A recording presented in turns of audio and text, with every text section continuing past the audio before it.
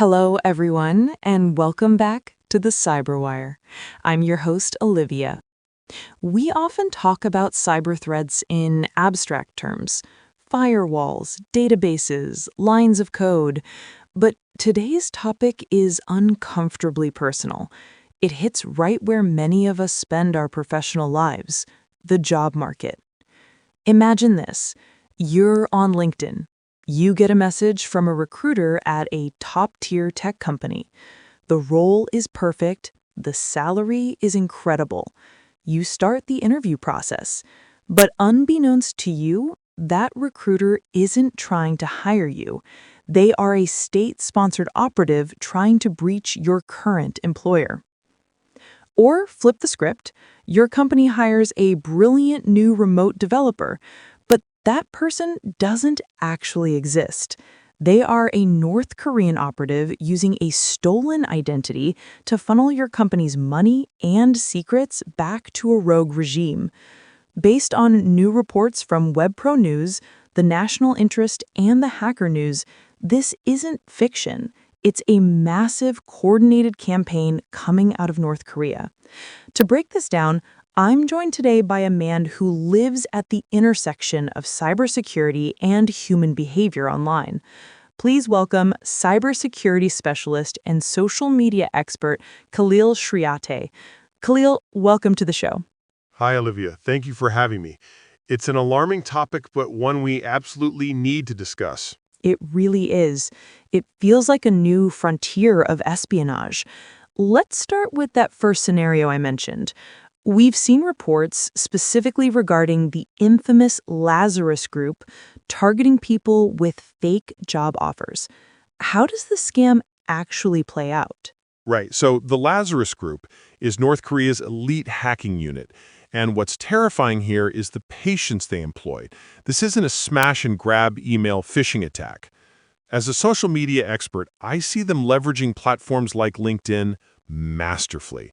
They create incredibly polished fake recruiter profiles. They steal photos of real people. They copy-paste legitimate job descriptions. They identify targets, usually engineers or people with access to sensitive corporate data, and they start grooming them.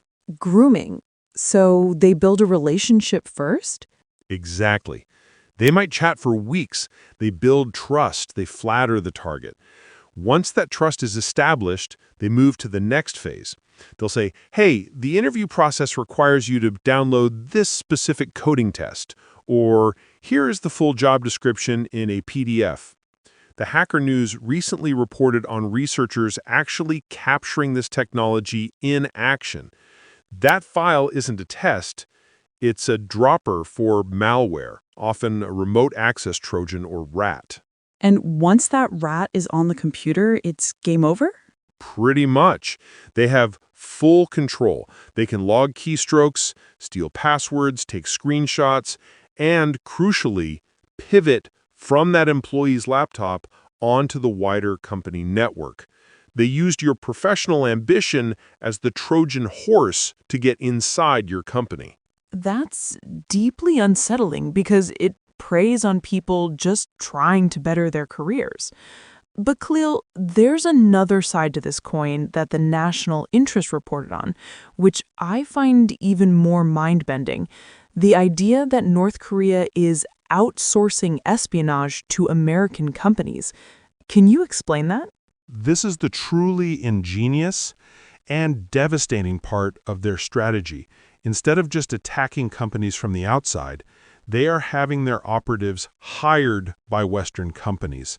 There are thousands of highly skilled IT workers in North Korea.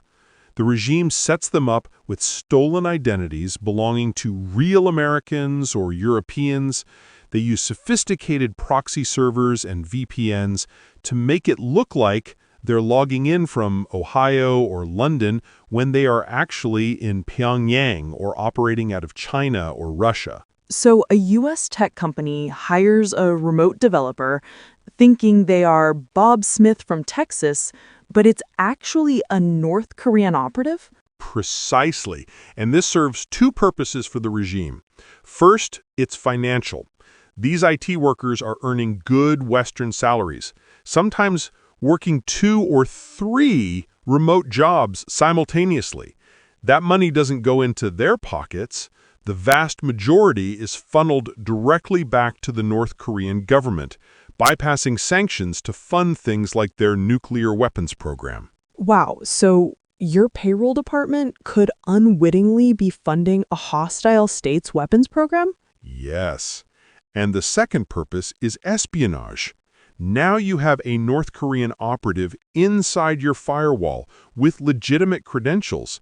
They don't need to hack in. You gave them the keys. They can quietly siphon off intellectual property, customer data, or map out the network for future destructive attacks. It's a two-front war. One targets the job seeker, the other targets the hiring manager. Given your expertise in both social media and hard security, Khalil, what are the red flags? How do we stop this? It requires a major shift in mindset for both individuals and HR departments. For the individual job seeker on LinkedIn, be skeptical of unsolicited offers that seem too good to be true, especially if they want to move the conversation off LinkedIn to WhatsApp or Telegram very quickly. And never run executables or enable macros on documents sent by a recruiter you haven't met face-to-face or via high-quality video.